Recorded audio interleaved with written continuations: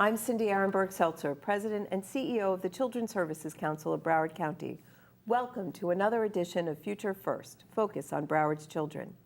In this special one-hour edition, we will be talking about water safety and drowning prevention. We will also focus on the importance and benefits of a lifestyle that embraces safe aquatics for all and its benefits in areas such as PTSD, communication, anger management, and broader employment opportunities. In our conversation, we'll also touch upon a history that has denied safe access to beaches and pools to communities of color, and how that continues to bear a social and economic impact to this day. Joining me to discuss these issues are Casey McGovern, Drowning Prevention Program Manager at the Florida Department of Health in Broward County, Thaddeus Gamery, President of the SWIMS Foundation and Interim President of Diversity in Aquatics, Jay Sanford, Senior Program Coordinator of Broward County Swim Central Program, and Gio Serrano, a lieutenant with the City of Fort Lauderdale's Ocean Rescue. Later, we'll hear from Judge Kenneth Gillespie, Circuit Court Judge to the 17th Judicial Circuit, and a CSC Council member. Because of his interactions from the bench and the personal tragedy of losing a brother to drowning, he has taken a keen interest in the subject of drowning prevention and the importance of aquatics in improving the overall quality of life. Welcome, everyone. Thank you. Thanks, Cindy. It's good to be here. Jay, I'm going to start with you because you and I have been doing this together for the longest time of the group here. We won't talk about how long that's been. No, but I think your hair was black back then when we started. Maybe. It's been a while. But we've had a great collaboration with Broward County Schools, Broward County Government, and the Children's Services Council going back over 20 years. Can you talk a little bit about Swim Central and the role that it plays? Sure. We have had a great collaboration. In fact, the Children's Services Council is our largest funder for the Swim Central program. And what we're able to do with the money that you give to us is the crux of our program is we pick up children from the schools and we bus them to a nearby pool and we give them what we call 10 water safety lessons. It's not so much a swimming lesson as it is allowing the children to, should they find themselves in the water, to get out safely. And we've had great success with that collaboration. A few years ago, we started a program to kind of hit those underserved populations because, as we know, drowning is the #1 killer, unintentional death of children under the age of 5. And so CSC was able to come forward and fund a program for us where we're able to give $40 off coupons for parents to get on the watersmartbroward.org website, provide them a list of providers that are accepting that coupon to kind of remove that financial burden or that financial barrier. By no means is one session going to be the end-all be-all. The children are going to need ongoing lessons, and so annually, every October, we reset the clock and they can get another coupon for the next year for their child up until the age of 5, when hopefully we're engaging them in their kindergarten classes, their first grade classes, and beyond through our school program.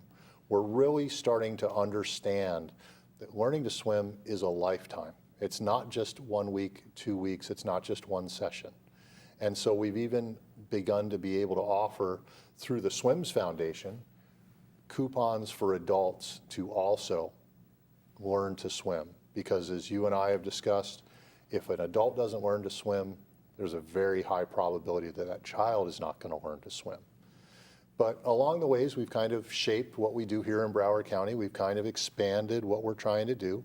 And one of those expansions has been the outreach that is going on at the Department of Health. And I'll let Casey go ahead and talk a little bit about that. Great. Hey, Casey. Yeah, hi. We're very fortunate for the program that we have and the team that we have. We kind of have a concentrated effort of, believing to have those 7 touches with families. So we want to kind of reach them where they go, whether it's the pediatrician's office, the pool store, the person that comes out and cleans the pools. Within the high schools, we go to the child care facilities, and we go out to health fairs. But we just kind of try to meet their need and meet them where they are at any level. So this year we actually are starting our second year in the high schools. It's introducing a high school program, and it's called SPUD, Students Preventing Unintentional Drownings.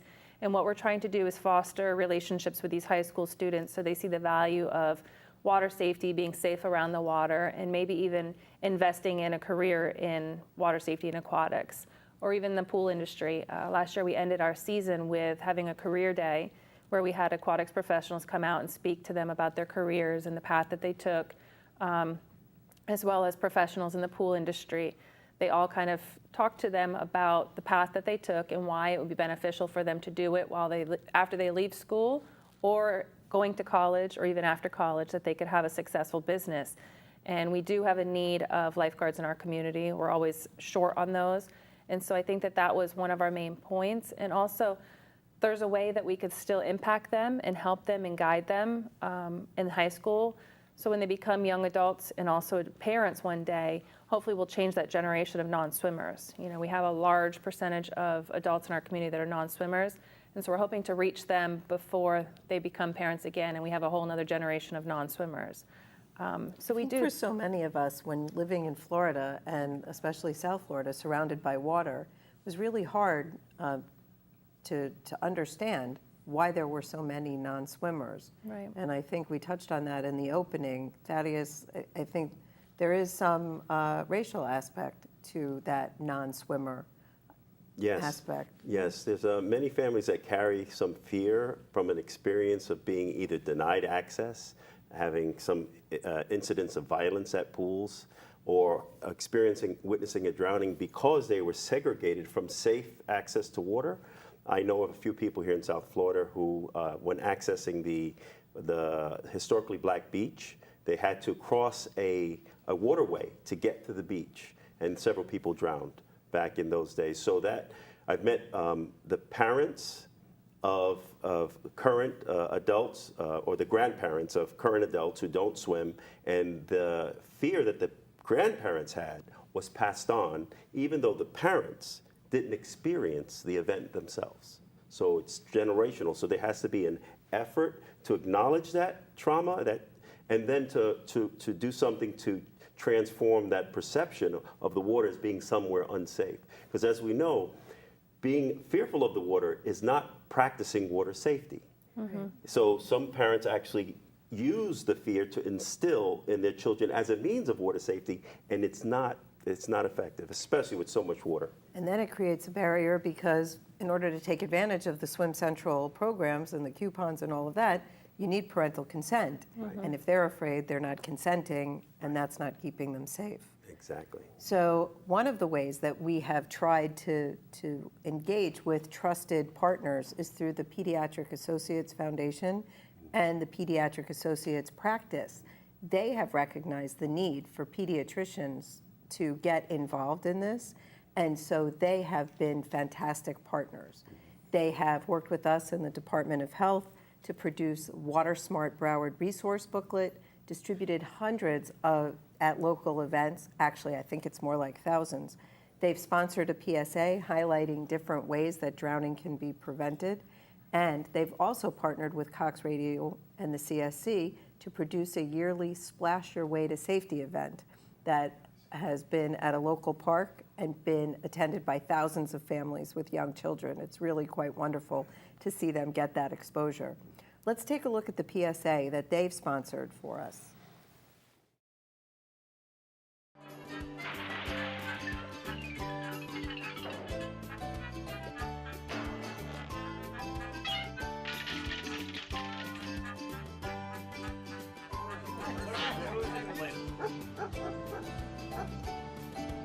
How many times has the day-to-day events taken your eye off of the important things that matter?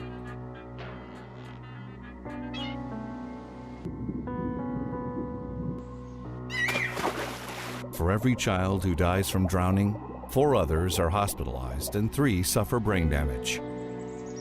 All too often, simple measures are overlooked that can save a child's life. But what if you knew what those measures were that could stop a tragedy? Simple, water-smart measures that can be the difference between life and something far scarier. Should a child disappear from sight, check the water first to be sure the child is not there. If you live with a pool on your property, you owe it to yourself to take whatever measures necessary to protect the ones you love. being water smart is the only way to go when children's lives are at stake. A primary line of defense is always a capable adult to make sure a child does not leave a safe area unsupervised. As a parent, be sure to assign a responsible adult in your absence to supervise your child. Be sure that exit points to the pool area have door alarms. Another line of defense is a pool fence, which would prevent a child's unattended curiosity from creating a tragedy everyone regrets. And ultimately, any supervising adult in the household should know how to administer CPR to a child should the unimaginable happen. To learn more about being water smart, go to watersmartbroward.org.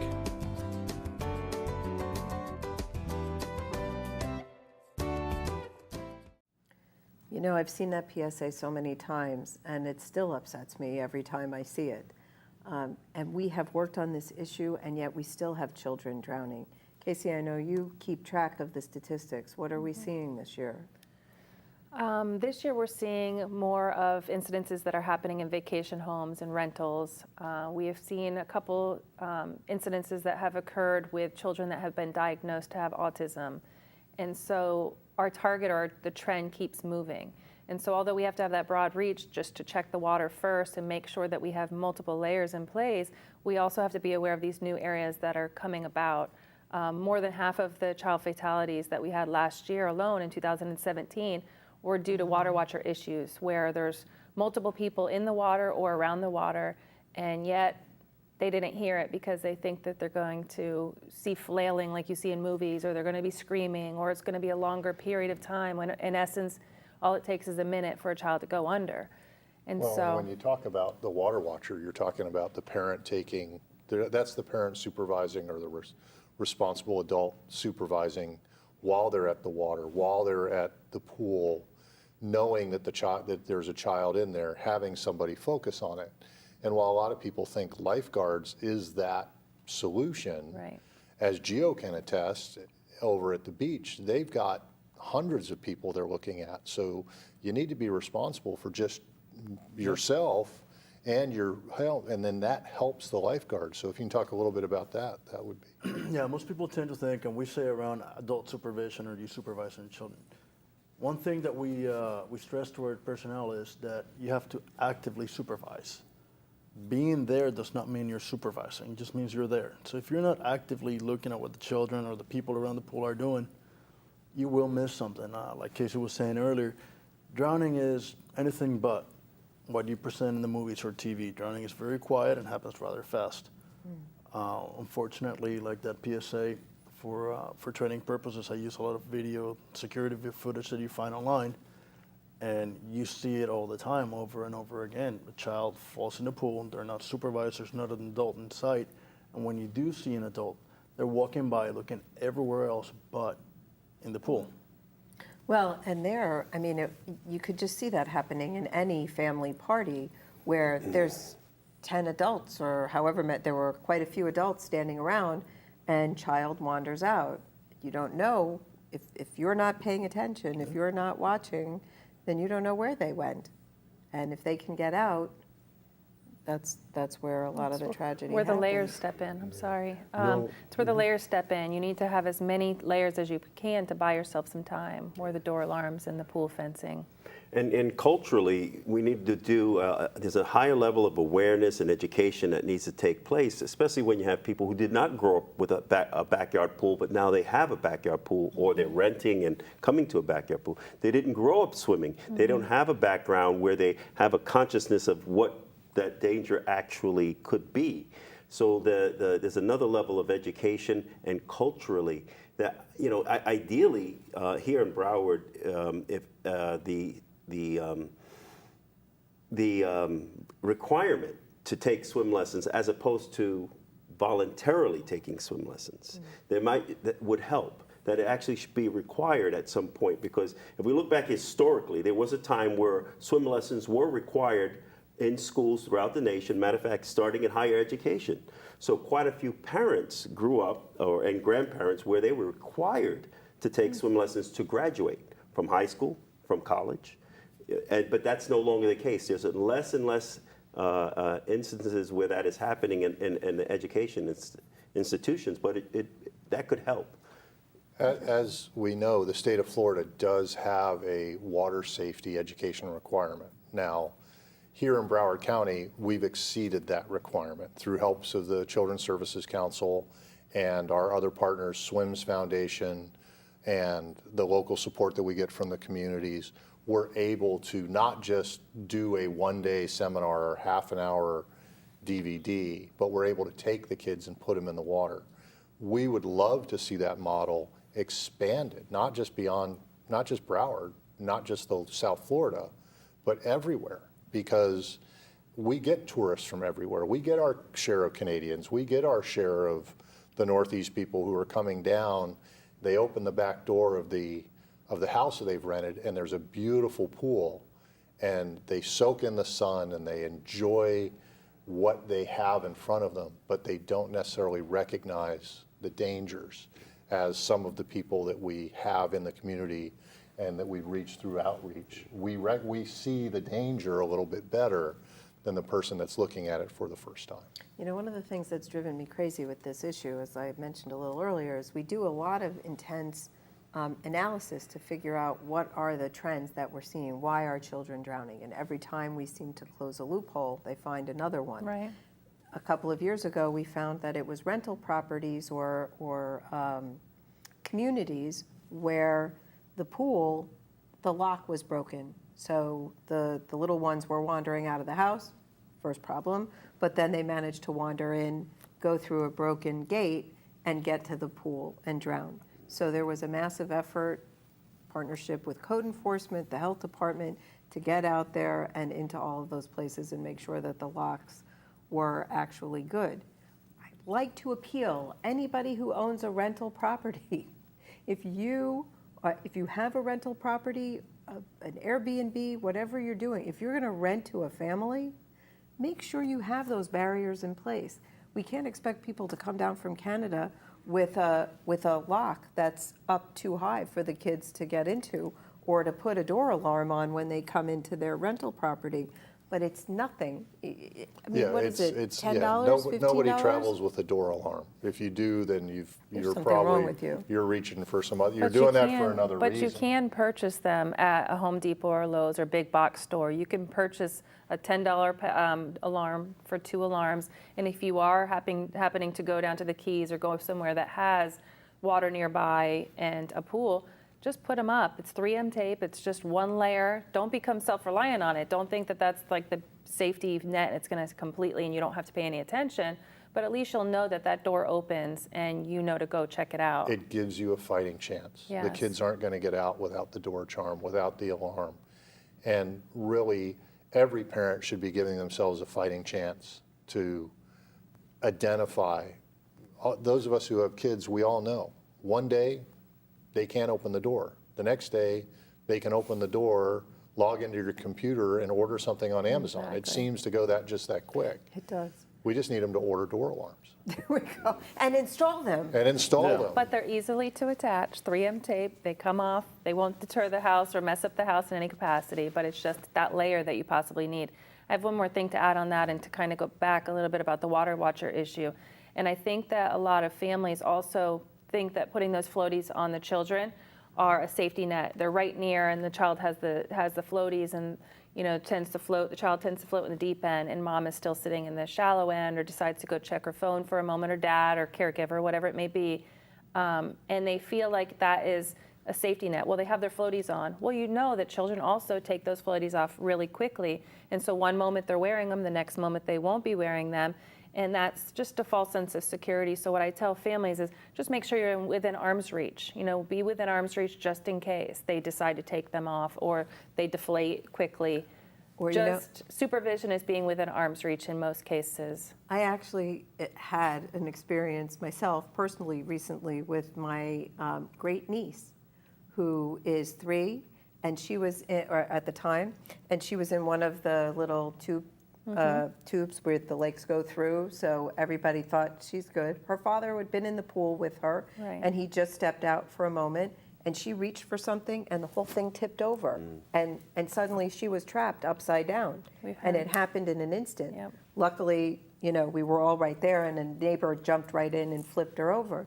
But to your point, you think they're safe, they're in a flotation device, she's sitting in it, what could happen? Cindy, they Boom. sell those in the toy section for a reason.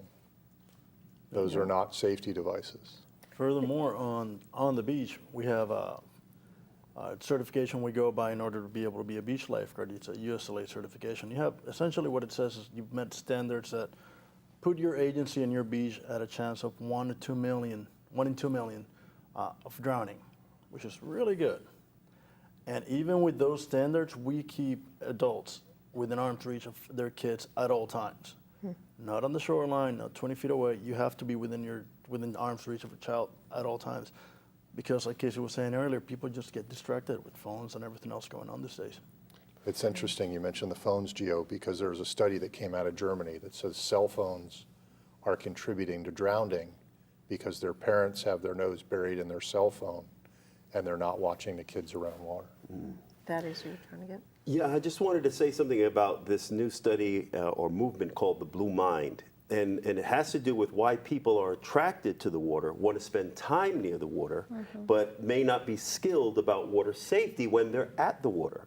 So the Blue Mind says that we're inherently attracted to the water because it provides certain benefits, emotional, psychological benefits, and physical benefits that is just made part of our genetic makeup. But if we are not in a habit of being near the water to do it safely, then that's where we get into problems. And people get distracted because the water is calming, they're relaxing, they want to have fun, they're on the cell phone. So that's why you're combating the attraction with the lack of awareness.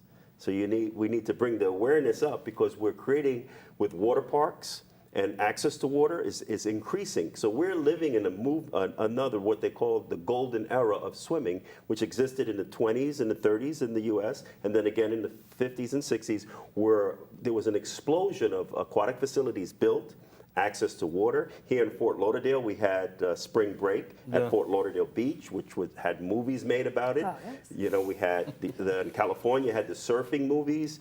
So there was a cultural explosion of interest and attraction. We're living in this again. There's an increased interest and an attraction to be around water, to live around water, to have water in your backyard, and to travel to places, amusement parks, and they look at Universal Studios. They built Volcano Bay. So the interest, even the cruise lines, you get on a cruise and have water slides on the cruise, not just while you're surrounded by water in the ocean. So the science says that there's a collection of benefits.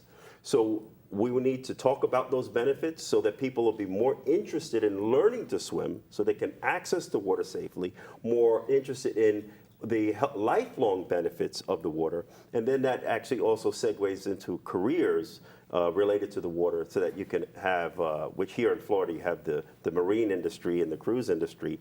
So there's a lot of career opportunities that people, and in particular underserved communities of color, don't gravitate to those careers for lack of swimming ability, because lack of swimming is a barrier.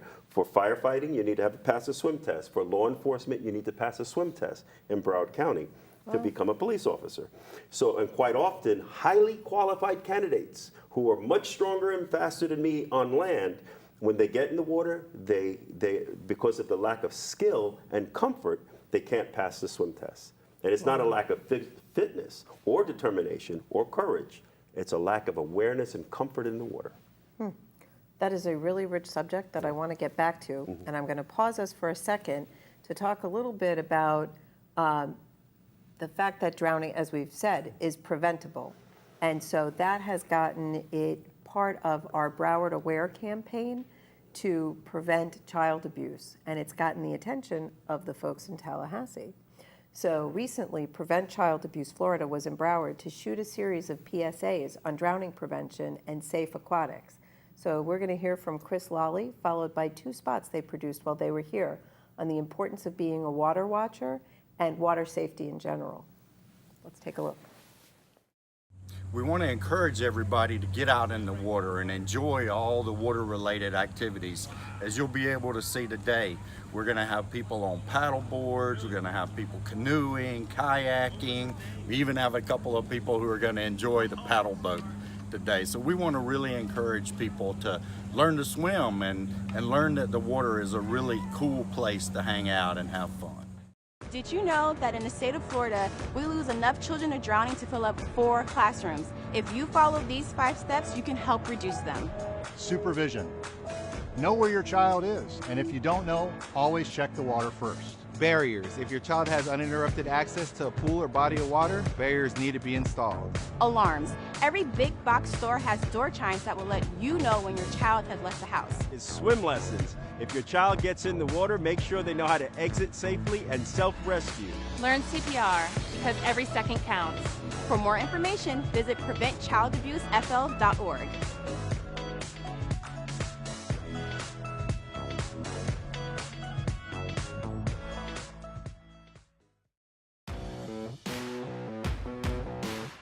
In a world where seconds could be the difference between life and death, I realize I was born for this. I am prepared. I am present.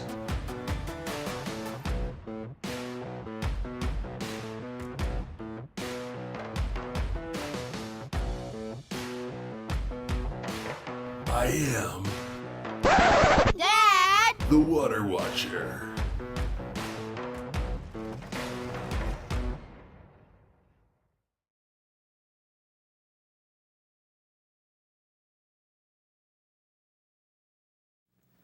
Wow, I'm honored to be in the presence of so many stars. Apparently, you'll be appearing statewide. Thank you for gracing me with your presence today. That last Water Watcher sparked a couple of thoughts for me. One, the new campaign that we're going to be doing, that Casey, I'd like you to talk about. But I also loved the fact that it was a Black family. And given what you brought up earlier, Thaddeus, of the diversity and the challenges for some families of color, it sent an important message, I thought. Can you talk a little bit about Diversity Aquatics and what you're hoping to accomplish there? Yes. The Diversity Aquatics organization was formed in order to increase aquatic participation in water safety education, learning to swim, aquatic careers, and living a healthy lifestyle, accessing the water safely. And we are a collection of aquatic professionals and former athletes, and it's a national and actually has an international reach. And one of the main goals is to increase the desire to be part of the aquatic world and the water safety world for people of color who traditionally haven't. And unfortunately, there was this, that golden era of swimming that I mentioned earlier. What was going on at the same time is that there was segregation and discrimination that going on. So there were places that people of color couldn't go and couldn't access. But here in Broward County, we actually had a very strong pockets of aquatic culture. Matter of fact, the former president of the Swims Foundation, Ken Rowland, he was a product of that culture. They were at Bass Park, and they were certain in Sunland Park. There were these communities that got together and had a very strong aquatic culture and tradition. But unfortunately, that without effort for people of color, that tradition doesn't persist. It doesn't take hold. The myths and the barriers to swimming or the fear related to the access to water persist unless there's an effort made to undo those myths and the perception that people of color aren't swim or it's a white sport. And actually, if we go back far enough in history, that's not the case at all. That actually people of African descent and people of color throughout the world who live near water, including Native Americans, access to water safely and competently were swimmers, pearl divers, canoers, surfers. So that's actually the truth. So we're just trying to restore that awareness and that interest, that attraction, and that pride in being a swimmer, and that it's for all people. It's important to remember just a few years ago at the NCAAs, the top 3 finishers in the women's 50 were all women of color. Well, in the Olympics, too. In the Olympics, Right. We're seeing more people of color involved in swimming. We're seeing more involved in diving. We see them more coming down for touristy things like paddleboard, like kayak. And it's great that we're getting the tourists, but we'd really like the people who are here and surrounded by it and who get to live this lifestyle. If you live 10 miles from the ocean and you never visit the ocean, that's almost criminal. Right. Gio, what do you see at the ocean? Well, the sad thing is, to a degree, is people that live here and those that go to the beach, because there's a lot of people that live here that still won't go to the beach, but those that live here and go to the beach are under the impression that the people drowning are tourists. Where in reality, we save as many locals as we do tourists. And matter of fact, most of the drownings that first responders respond to are inland drownings, are drownings at home, in a pool or a canal, not necessarily coastal drownings. That's a very small number. And even those small numbers are still divided almost 50-50 with locals. It's not a water culture. Just because we live by the water does not make it a water culture. There's no active participation, involvement in swimming and paddling water programs, things that would actually make you grow a conscience and gain some knowledge and different perspective about being in and around the water. Well, there's actually, there are a collection of efforts that are going on, so we want to definitely commend the collection of people that are actually making an effort to transform some of the communities that don't have water as in their culture. For instance, there's an organization called Street Waves that we had the pleasure of knowing, and he spoke at, matter of fact, Maui Goodbeer spoke at the Swims Foundation meeting, and he brings inner city kids and foster care kids to the pool to learn to swim, and then to the beach to surf, right here in Pompano and in Deerfield Beach. And the gentleman that was on the PSA with us from Oceans of Opportunity, right, Sam, he works with kids that are in the foster system. And when we've been working with these kids and meeting with them, and we talk to them about career opportunities and what they can do, not just lifeguard, but diving, boat cleaning, working on boats, pool cleaning, whatever it is that they choose to pursue, they start to understand why getting in the water and being involved is such a good thing to do down here.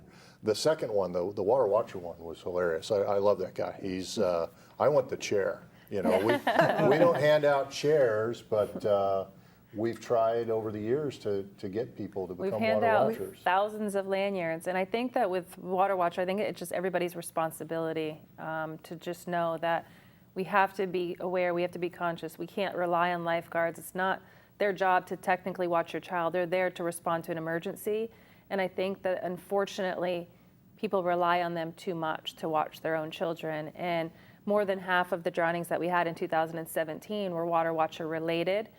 Which was an increase from years before. And so thankfully the Children's Services Council has given us more funds to do a Water Watcher campaign. And so we're really going to be doing a push come October 1st to do bus wraps to make people understand that it's silent and it's quick, and that it only takes a minute. And so we're really going to concentrate our efforts to raise that awareness and make people realize that they need to be within arm's reach. They need to be actively supervising them. They need to have a sober adult that knows how to respond and knows how to swim, be watching. You know, to watch a child, to watch from the kitchen, watch while you're on the phone is not good enough at this point. Casey, can you clarify, when you say they're water watcher related, what do you mean? Where there's incidences where there has been people in the pool when a drowning is occurring, they could be standing right next to a child or an adult in essence and don't recognize that they're in distress because you imagine that drowning is the flailing of the arms, the screaming. And so they could be sitting in the pool next to somebody that's technically drowning, or you could be on the pool deck and not hear a splash, so you don't necessarily look up, yet moments later, the child is floating in the pool. So and if they had been the designated water watcher, yes, recognizing that when they were sitting in that chair right, or had that lanyard around their neck, that their job is to keep their eyes on the children. It only takes a minute. And so, yeah, we really have to just kind of make people aware that it's a moment and it's silent. You're not going to hear it. And so it's so incredibly crucial to be right there. And not only children drown, adults drown as well. Last year in 2017, Broward County lost 76 individuals to drowning.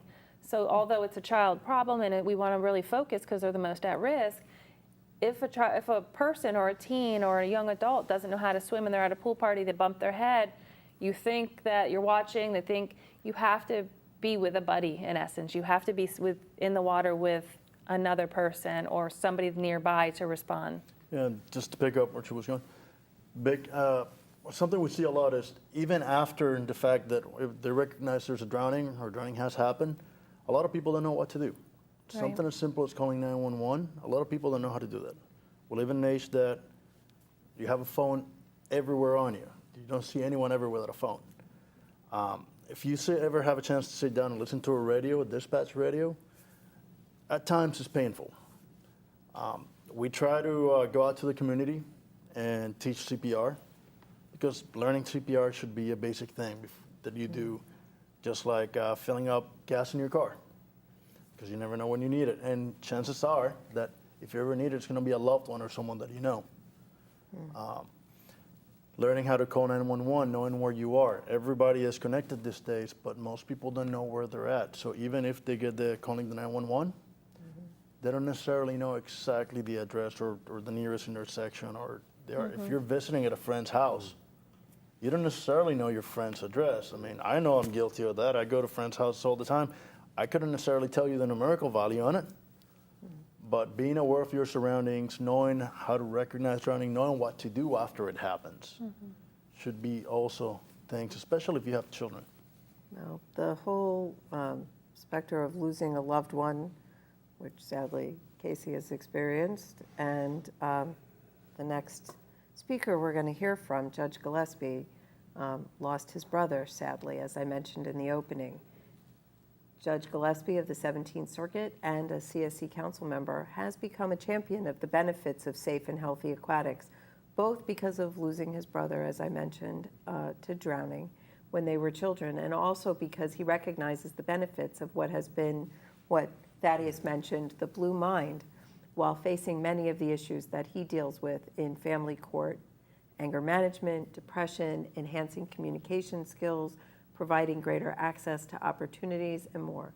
So we're going to hear from him now in this next segment. Learning how to swim could save your life. Literally, learning how to swim could save your life. For many, those are only words. But for me, personally, those words were too little, too late. When I was a child, my best friend drowned because he could not swim. He was not only my best friend, he was my 14-year-old brother who unfortunately fell victim to drowning simply because he could not swim. A part of talking about drowning prevention, it's near and dear to me because water is around us all. I mean, we can't escape it. Drowning can occur in a pool, it can occur in a lake, a pond, it can even occur in a garden, even a bathtub. The amount of water is not significant. It can happen anywhere at any time. It's significant to me because with that tragedy, what I vowed to do is to learn how to swim and become a good swimmer. And I also vowed that anyone who will listen, that the way to keep children and parents safe around water is not to avoid water, not to keep them away from water, but to introduce them to water. And that's why it's so important to me, so that if anyone is listening, they don't have to walk with the burden that I walk with. And it is each time that I hear of a drowning, someone who has fallen victim to drowning, I relive what occurred many, many years ago as a result of my brother's death.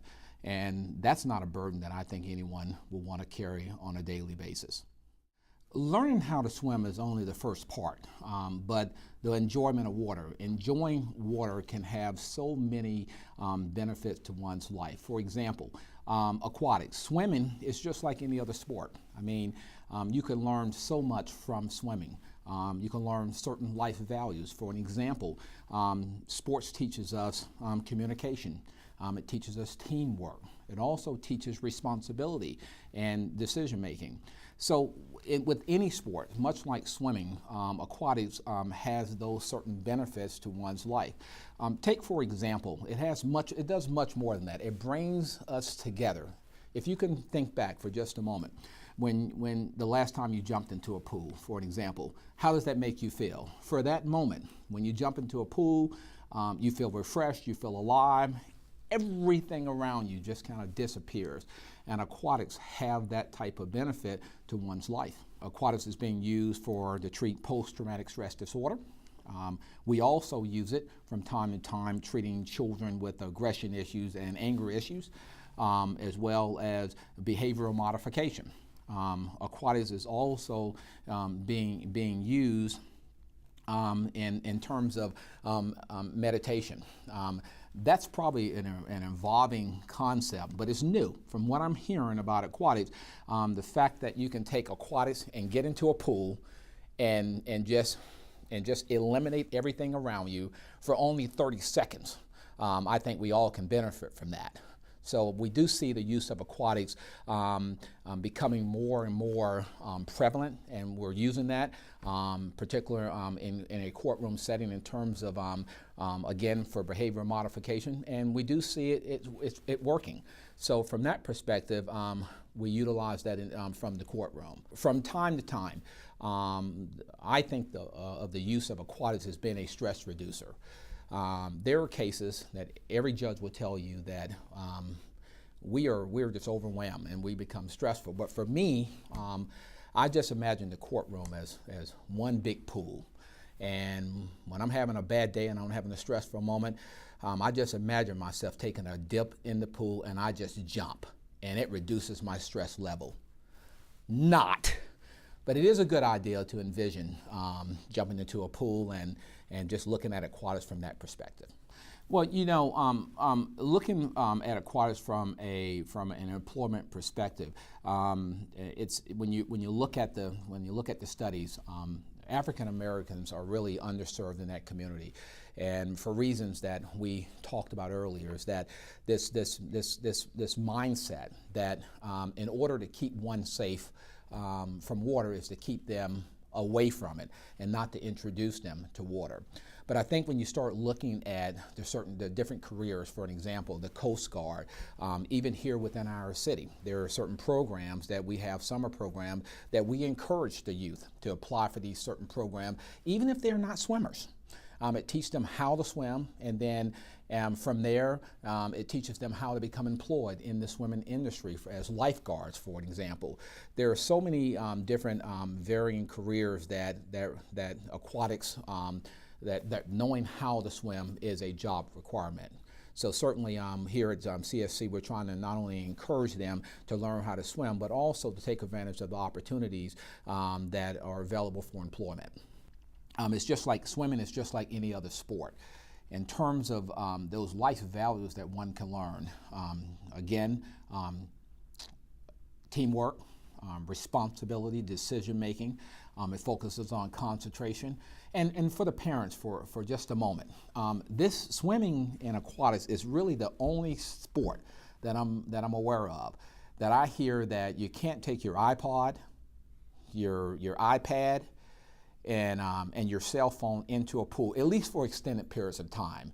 And for that moment, if only for that moment, if a parent can get the attention of a young person and just simply say to you, I finally got you, and just saying, I love you and how proud I am that you've taken the step to learn how to swim and be comfortable with water, I think that we've done our job. He is so wonderful. You know, he's our newest council member, and he just jumped in with both feet, and it's been fantastic. And this is an issue, as you could hear, that he has embraced fully. Absolutely.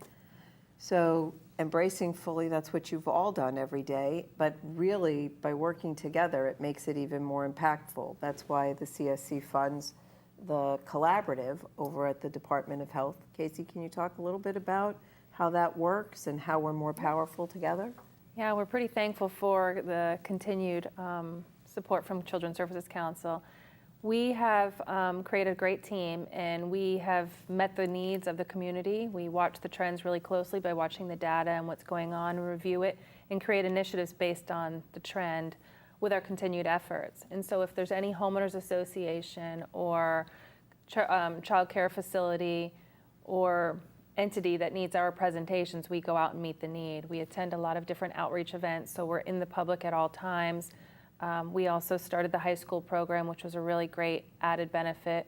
We have relationships within the healthcare industry, so we're reaching them so that they're just another touch with the families, educating them, because we feel like we have to get those touches, and wherever the families go, we have to meet that need. And one of the main things that we do is we run the Broward County Drowning Prevention Task Force, which is a collaborative effort of a lot of great partners coming together as a team and reviewing what's happening, the current trends, and meeting that need by creating new initiatives and working together as a group. Well, and in working together, we had a few years ago, we started the Water Smart Broward campaign. And so if you visit the watersmartbroward.org, not only can you get a coupon, but there's also tips about how to make your house safer for the children, what is available out there.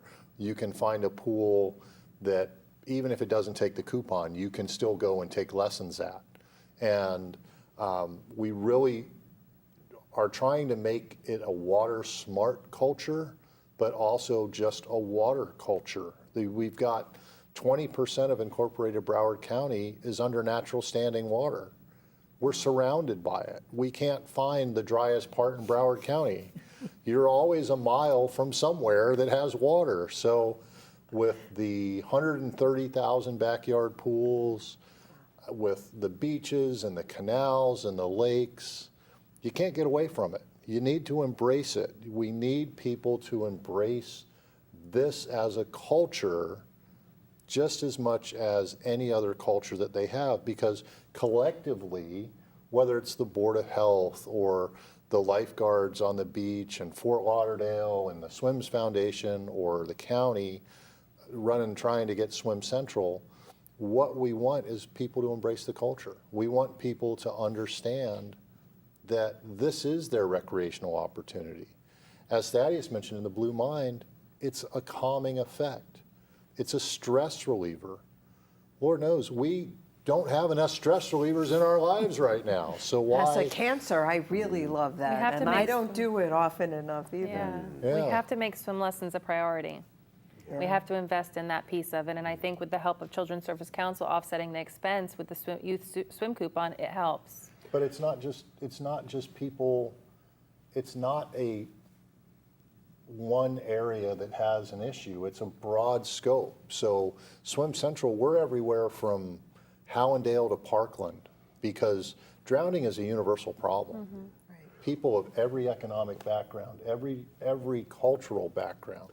And of course, once you're water safe, even with barriers and alarms, learning to swim has an added benefit for young children. There's science now that says cognitive development is increased substantially for young children who learn how to swim at an early age. The Griffin study was done, an international study in 2014 in Australia, but it was a global study where they showed children at the age of 5, I believe, were 8 to 15 months in advance cognitively than the children that did not swim. So motor skills are enhanced. Mm-hmm. Now on the adult level, when we're talking about stress and reduction of anxiety and PTSD, the science is now proving that they're getting in the water on a regular basis, and warm water in particular. So if you get into your bathtub, but you do it in a way where you're looking at it as a healing and a stress reduction experience, that it absolutely has that effect on the body and the mind, so that you can actually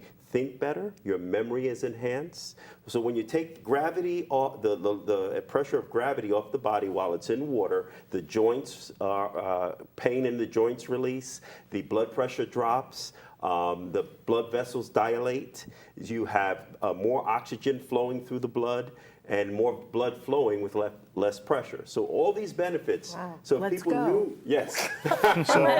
So if your kids are involved in water safety and swimming, you get smarter kids. Yeah. You get parents that aren't as stressed. Yeah. You get an activity that the whole family can enjoy, and you're living in Florida. Yeah. How bad can it be? You're not shoveling snow, go to the beach. So Gio, you want them all flooding to Fort Lauderdale Beach? Oh, Should we all absolutely. take a trip? Absolutely. I mean, there's no better place to go. That's what people come here for. People come here for the beach. People don't come here for city life. People come here because we have beaches. Right. We have the swim too. Water everywhere. Not only that, most water sports, if you are actually going to invest any money, because you don't have to invest in every sport, but if you're actually, it's a one-time buy that over the years breaks down to a few dollars a year. You go and buy a kayak for you and your family. That may be on a bad day $200. You break it over 10 years. I've had my kayaks for over a decade. By now, whoever I bought the kayak from already paid me. And as much use as I've gotten out of it. It's not just the relaxation. It's the relaxation, the health benefits, the time away from a phone, time away from outside stressors, and you add years to your life. Yeah. And what else is Fort Lauderdale doing? I think you have some We innovative actually, yeah, programs we are going on. very committed to public education. We want to get out to people before we have to see them in the back of an ambulance. So we go out to the community. We take any opportunity we get to talk about drowning prevention, to talk about beach safety, teach CPR. At any public event that we get invited to, we usually bring a booth and teach at the very least hands-only CPR. And these days we're adding stop the bleed, which is also a very popular subject. And it's easy. We can do it in a matter of few minutes, and it's free. We have also gone out to hotels on the area for Lauderdale Beach and as far up as Lauderdale by the Sea, which is the next municipality over. We hand out pamphlets at the hotels and motels to give out to visitors with information on beach safety, with websites that they can get more detailed information, our flag system that we use statewide to let the public know what the surf conditions are like. We understand that not everybody is from here, and you're not going to be familiar with our flag system. But And if you've made that investment, and let's say you want to become a boater, one, it would be really nice if all the boaters knew how to swim, knew how to put on a life jacket. And there's a boater safety guide that Broward County has produced as well that gives you pretty much everything that you need to know to get your boat off the trailer, go and enjoy it, and come back, and everybody comes back together, because that's the goal. Any activity, everybody starts, we want everybody to finish and come back safely. Absolutely. And we're preparing them for careers too. I just want to hit that one more time. So this can happen to anybody of any socioeconomic condition, and it can also help you increase your socioeconomic status. We are the largest marine industry area in the state. And if you're not involved in that, you know somebody who is. And if you're excluding that because you don't know how to swim, you're really selling yourself short. And routinely, there's always a demand. There's never too many lifeguards and too many swim instructors in Broward County. There's always a demand, and that's an employment opportunity for teenagers. They can start as young as 13 years old with the junior lifeguard training, and then at 15 they can take training for lifeguard, and then at 16 they can be employed. And they can make actually more money than working at McDonald's or some of the other teen employment opportunities. And it also, besides the fitness that you gain, it's the confidence. There's a level of maturity that comes with becoming an instructor and a lifeguard. So at an early age, and then the career opportunity path leading to firefighter, leading to careers in the military, careers in law enforcement, scuba diving. You can go here to the Keys, right south of here, and Key Biscayne, and the U.S. Park Service has a demand for scuba divers to manage their reef restoration program, and you can do it as a teenager.